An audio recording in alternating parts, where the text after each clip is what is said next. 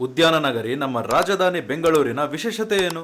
Welcome to the day 30 of ನಮ್ಮ ನಾಡು. ಯಲಹಂಕ ನಾಡಪ್ರಭುಗಳಾದ 1ನೇ ಕೆಂಪೇಗೌಡರು 1537ರಲ್ಲಿ ವೃಷಭಾವತಿ ನದಿಯ ದಂಡೆಯ ಮೇಲೆ ಈ ನಗರವನ್ನ ನಿರ್ಮಾಣ ಮಾಡ್ತಾರೆ. ನಂತರ ಮೊಘಲರು ತಮ್ಮ ವಶವಾಗಿದ್ದ ಇದನ್ನ 3 ಲಕ್ಷ ರೂಪಾಯಿಗೆ ಚಿಕ್ಕದೇವರಾಜರಿಗೆ ಮಾರ್ತಾರೆ. ಇದನ್ನ ಬೆಂದಕಾಳೂರು, ಬೆಂಗಾವಲೂರು ಅಂತೆಲ್ಲ ಕರೆದ ಇತಿಹಾಸವಿದೆ. ದೇಶದ 3ನೇ ಅತಿ ದೊಡ್ಡ ನಗರ, ರಾಜ್ಯದ ಜಿಲ್ಲೆಗಳಲ್ಲಿ ಅತಿ ಚಿಕ್ಕ ಹಾಗೂ ಅತಿ ಹೆಚ್ಚು ಜನಸಂಖ್ಯೆ ಹೊಂದಿರುವ ಜಿಲ್ಲೆಯೂ ಇದಾಗಿದೆ. 1905ರಲ್ಲಿ ಎಲೆಕ್ಟ್ರಿಸಿಟಿಯನ್ನು ಕಂಡ ದೇಶದ ಫಸ್ಟ್ ಸಿಟಿ ಬೆಂಗಳೂರು. ಲೋಗೋ ಹೊಂದಿರುವ ದೇಶದ ಫಸ್ಟ್ ಸಿಟಿ ನಮ್ಮ ಬೆಂಗಳೂರು.